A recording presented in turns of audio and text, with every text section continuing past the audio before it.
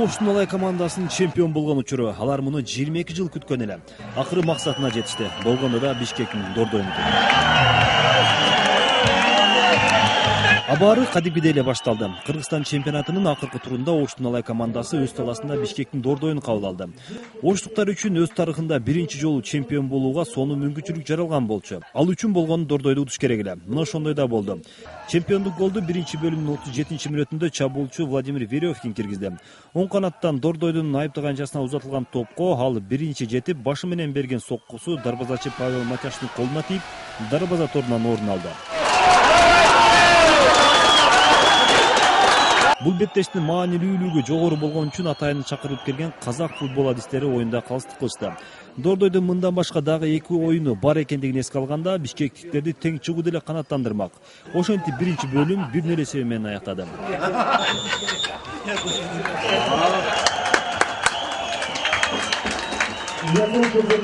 Экинчи бөлүмдө болсо Дордой бир катар алмашууларды жүргүзүп, оюнда эсепти теңеп, жана алдыга чыгууга болгон мүмкүнчүлүктөрдөн пайдалана албады.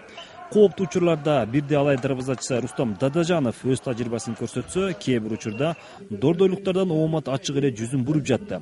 Алай оюнчулары болсо коргонууга басым жасап, 1-0 эсебин беттеш бүткүчөсү сактап калышты. Башкы калыс Александр Алиевдин беттеш бүткөндүгү тууралуу ышкырыгынан кийин Алай оюнчулары 2013-жылдагы өлкө чемпиону аталышты. Бул ала турнирлик абалы ушундай болуп калды. Ким жеңген команда чемпион болуш керек эле. Муну баардыгыңар көрдүңөр турнирдин таблицадан. Себеби биз ниче ойноп койгондо деле алга Дордой все равно Бишкектеги боло турган 2 оюнду утат эле. Бизден 2 очко алдыга чемпион болот болчу да. Ошон үчүн балдарга просто агайыны катары, не то что футболист, тренер, футболист руководитель эмес, именно агайыны катары балдарга айтып, балдар үй бүлөңөрдөгө бир алтын баракчаны ачкыла. Алайдын саштарында чемпион болдум деп. Шаардын алтын барагын ачкыла. Алайды чемпион кылган мен болом деп. Ушундай балдарды ага катары сурандым эле, балдар подавать эткен жок. Балдар менимче ар бир 3 футболисттин нагрузкасына ойношту, өзүңөр көрдүңөр. Турнирдик жадыбалда 20 оюндан кийин Алай 43 упай чогулса, Дордойдо 36 упай. Бирок дагы 2 оюну бар. Бишкектиктер ал оюндарын уткан кезде да упайы болгону 42-ге жетет. Негизи оюн Дордойдун инициативасында болду. Чаша такого, короче, акырында все-таки балдар турушту. 22 жыл уже как бы Южный регион чемпион көрөк болчу, то есть Ош региону. Мына Алайга чоң ыраазычылык билдиребиз. От души келип, элдер жамгыр жаганына байланыштуу келбей койгучу жок. Топтор трибуналар бардыгы.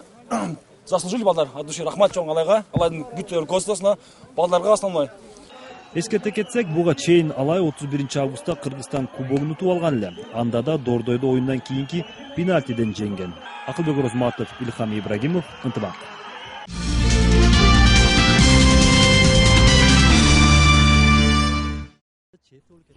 Расмий эмес маалыматтарга караганда, Кыргызстандын миллионго жакын жарандары чет өлкөдө иштейт. Алардын бири 23 жаштагы Давранда бир нече жылдан бери Россияда иштейт. Кыргызстандан өзүнө ылайык иш таппаган каарманыбыз ал жакта иштеп тапкан акчасына соода түйүн ачууну пландоодо. Россияга барып стройкада иштедим. Стройкада топкан пулумду ошо ишке бизнес аркет кылган эди, ашы пулларымды. Yana ham ko'paytirish uchun da yaxshi ishlab keldim Rossiyalarda. Zavodlarda ishladim. Stroykada ham ishladim, zavodda ham ishladim. Hamma yo'q yaxshi bo'ldi. Shu tamta magazin ochaman-da, shu Rossiyada, Oshda.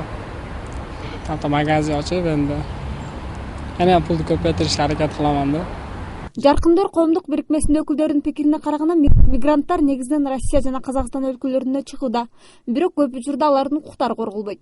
Стихиялуу түргө ээ болуп атат, мүнөзгө ээ болуп атат. Стихиялуу. Бул деген эч кандай укуктук жардамы жок эле, укуктук түшүндүрмөсү жок эле.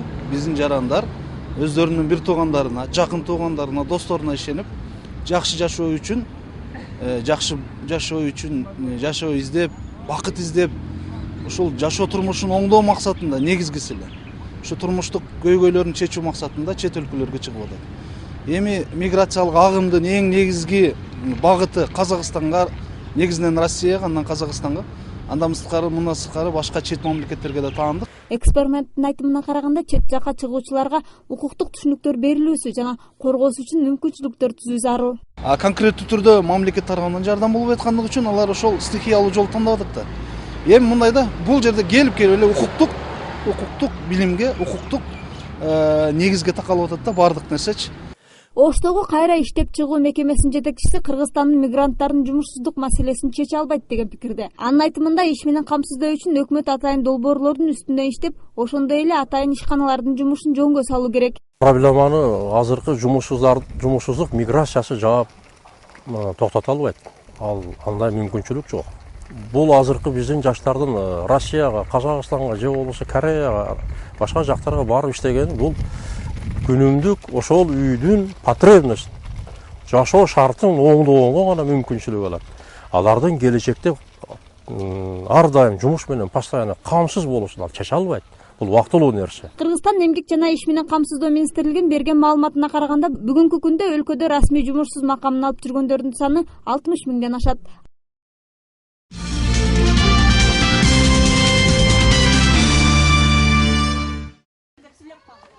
Ош облусунун Кара Суу районунун Ак Бура жаңы конушун тургундарынын ишенген көпүрөсү ушул. Көпүрө аркылуу жашоочулар жумушуна, балдар сабакка баруу үчүн өтүшөт экен. Бирок көпүрөдөн өтүүдөн кооптонушат. Ишенген көпүрө ушул. Эми бизге эмне келечекте көпүрө керек да, мына балдарыбыз мектепке кетет, кышындасы бул көпүрө тоңуп калат. Ар бирибиз келип балабызды жетирип өткөзүп кой, анан кетебиз үйүбүзгө, чынынчы. Ак Бура үй чайылынын тургундары көпүрөнүн жоктугунан унаалары менен айланууга туура келгендигин белгилешет. Биз базардан кийин айттым го 400 километр жерден басып келебиз. Машина она жапалактын кайырмасынан келет. Ошол жерден эптеп такси менен келебиз да, унун башка ичиланжы жок да бизге. 2 километр чат деп атышат, эми билбейм эми. Бул көйгөйүнөн арылуу үчүн Ак Бура үй чайылынын тургундары донорлордун жардамы менен көпүрө курууга долбоор жазышкан. Долбоордун негизинде көпүрө курула баштаган. Курулуштун алгачкы иштери башталгандан тарта каналдагы суунун аркы өзүндөгү Ак Тилек кичи районунун 11-көчөсүнүн тургундары менен чатак башталган. Баяцын печаты колу менен бар бизде документтерчи. Шаардык архитектурадан ушу райондук архитектурадан туура чечилген деп бизге кол коюп печат басып берген да. Экинчиси биздин үйүбүзгө чаң кирет, биздин балдарыбыз көчөдө ойной албай калат дейт. Мына мэрибиз Кудай кааласа мына ушул жерге парк салдат, балдар ойносун депчи. Бул туура эмес, өздөрүнүн кызыкчылыгы үчүн 4 эле киши ушундай кылып атат да. Айыл бардык эмес. Эгер биз аз бул көпүрөбүз жок. Көпү айланып келиш үчүн 2-3 километр айланып келишибиз керек. Бул жактанчы маршрут дегенди билбейбиз. Ама 543 түтүн бар ушул жерде. Ал эми Ак Тилек кичи районунун тургундары эгерде көпүрө курулса, алар үчүн кооптуу жагдай түзүлөрүн айтышат. Анткени көпүрө курулары менен унаалар көп өтүп, балдарга коркунучтуу болот дешет. Ген планда булар бар деп талашат, биз уруксат бербей атабыз. Чындыгында мына көчөдөгүлөр. Неге эмес? Биринчиден ген планда жок. Экинчиден булар машина менен тызгытып күнү-түнү өтүшөт. Эч бир правила жок. Ошо аны чоң трассада жүргөндөгүдөй өтүшөт да. Анан биз беспокоиться этебиз да. Анын причинасын тем более айтып атабыз. Кандайсыздар эже? Биз каршыбыз. Ич барыбыз куруп бүткөн ченде дагы биз могу жерден ана жерге машина барьер коебуз, өткөрбөйбүз. Все. Только өзүбүздүн күнүгө бирден дежур болобуз. Бир үйдөн бирден чыгып, мына жерде өзүбүзгө болсо өткөрөбүз, өзүбүзгө болбосо өткөрбөй мына жерге машина барьер коебуз. Болду. Азырынча көпүрөнүн бир тарабындагы курулуш иштери башталган. Каналдын эки тарабындагы жашоочулардын чатагы качан чечилери азырынча белгисиз. Ал эми Ак Бура үй чайылынын тургундарынын тилегени болсо, бар көпүрөнүн аман эсен турганы. Зинат Турдубекова, Надырбек Боронбаев, Ынтымак.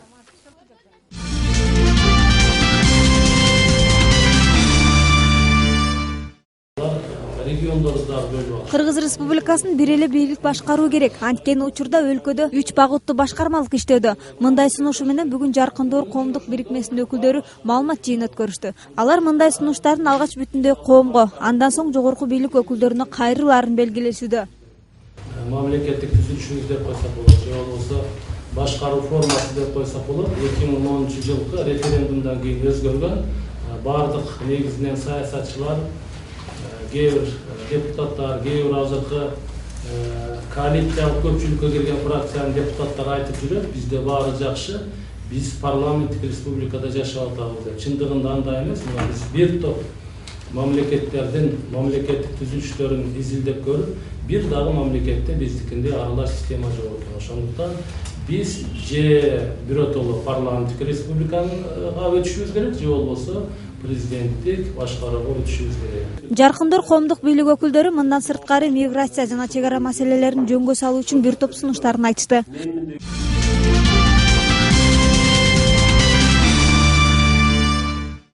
жезден болгон мына ушул азыр мындайды эми чыгарбайт. Миңбай Абдымамунов Сүлүктүү шаарында жашайт. Ал буга чейин Ош шаарындагы Сулайман Тоо жана андагы музей жөнүндө көп уккан. Бирок музейди көрсөм деген максатына бүгүн жетти. Бул музей руханий жана маданий музей деп аталып, анда диндердин өнүгүүсүнө кеңири орун берилип, маалыматтар коюлган. Зарастрийлер атайын жерлерди бөлүп алып, ибадатканаларды куруп алып, отту жагып, отко сыйынып келишкен. Себеби от тазалоочу касиетке ээ деп эсептешкен.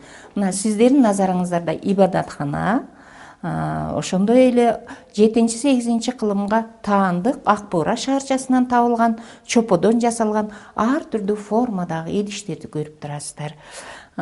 Азыркы мезгилде зарастризм дининен калган ырым-жырымдар ислам дининде дагы бар. Музей 2 кабаттан туруп, аянты 1238 квадрат метр. Биринчи кабатта бири-бирине туташкан үңкүрлөр, экинчи кабаты табигый үң. Музей кызматкерлеринин айтымында бул жерде 400гө жакын экспонат сакталып келүүдө. Алар таш, бронза жана башка кылымдарга таандык эмгек куралдары жана үй буюмдары. Андагы сакталган куралдар жылдын 4 мезгилинде да 17-18 даража жылуулукта сакталып келет. Музейди көрүп чыккан Миңбай Абдымамунов музейди дагы да толтуруу керектигин айтат. Чогуу мен айтам да, жетишпеген нерселерди салып ичи жарым бар экен. Кудайга шүгүр, дагы жетиштирип, дагы алиги немелерин кое берсин. Элдер көйүп, бу жерге кирип, немесин ала берсин. Сулайман Тоо музей комплексинин кызматкеринин айтуусунда музейди толук ишке түшүрүү жана экспонаттарды сактап калуу үчүн дагы көп каражат керек. Бизде көп реэкспозициясы бүтпөй калган, акырга чейин жетпей калган да. Планы бар, проекти бар, акча жетпей калган. Ошого ол музей акырына чейин бүтө элек да. Эми азыр заман өзгөрүп атат, адамдардын ушул руханий дүйнөсү дагы байып атат. Биз акча мамлекеттен бөлүнүп калса, ошол жерди жакшылап өзгөртүп, элдерге условия кылсак, дагы пландар көп да ал жерде. Маалымат иретинде айта кетсек, бул музей таанымал архитектор Кубанычбек Назаровдун демилгеси менен курулган. Алгач 1978-жылы бул жайда ресторан куруу болжолдонгон. Бирок тарыхый жай экени эске алынып, 1982-жылы музей катары пайдаланууга берилген.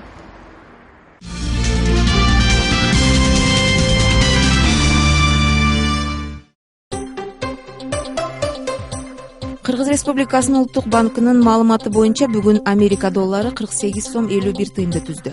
Евро 67 сом 5 тыйын. Россия рублі 1 сом 53 тыйын, Өзбек сумы 2 тыйын. Тажик сомонеси 10 сом 16 тыйын. Кыргызгидрометтин билдирүүсү боюнча 29 октябрда түнкүсүн көпчүлүк аймактарда жаан жаап, тоо этектеринде жана тоолуу райондордо кар жаайт. Батыштан соккон шамалдын ылдамдыгы секундасына 4-9 метр. Абанын температурасы Баткен областында түнкүсүн -2-0, күндүз 10-15 градус. Ош областында түнкүсүн -2-0, күндүз 11-16 градус болот. Жалал Абад областында дагы түнкүсүн -2-0, күндүз 11-16 градус. Нарын областында түнкүсүн -3+2, күндүз 11-16 градус. Талас областында түнкүсүн -8-3, күндүз 7-12 градус. Ысык көл областында түнкүсүн -2-0, күндүз 7-12 градус. Чүй областында түнкүсүн -2-0, күндүз 12-17 градуска чейин ысыйт. Бишкекте 28 октябрда түнкүсүн жаан-чачын болушу мүмкүн. Батыштан соккон шамалдын ылдамдыгы секундасына 4-9 метр. Абанын температурасы түнкүсүн 0-2 градус, күндүз 15-17 градуска чейин ысыйт. Ошто 28 октябрда түнкүсүн жаан-чачын күтүлөт. Абанын температурасы түнкүсүн 0-2 градус, күндүз 13-15 градуска чейин ысыйт.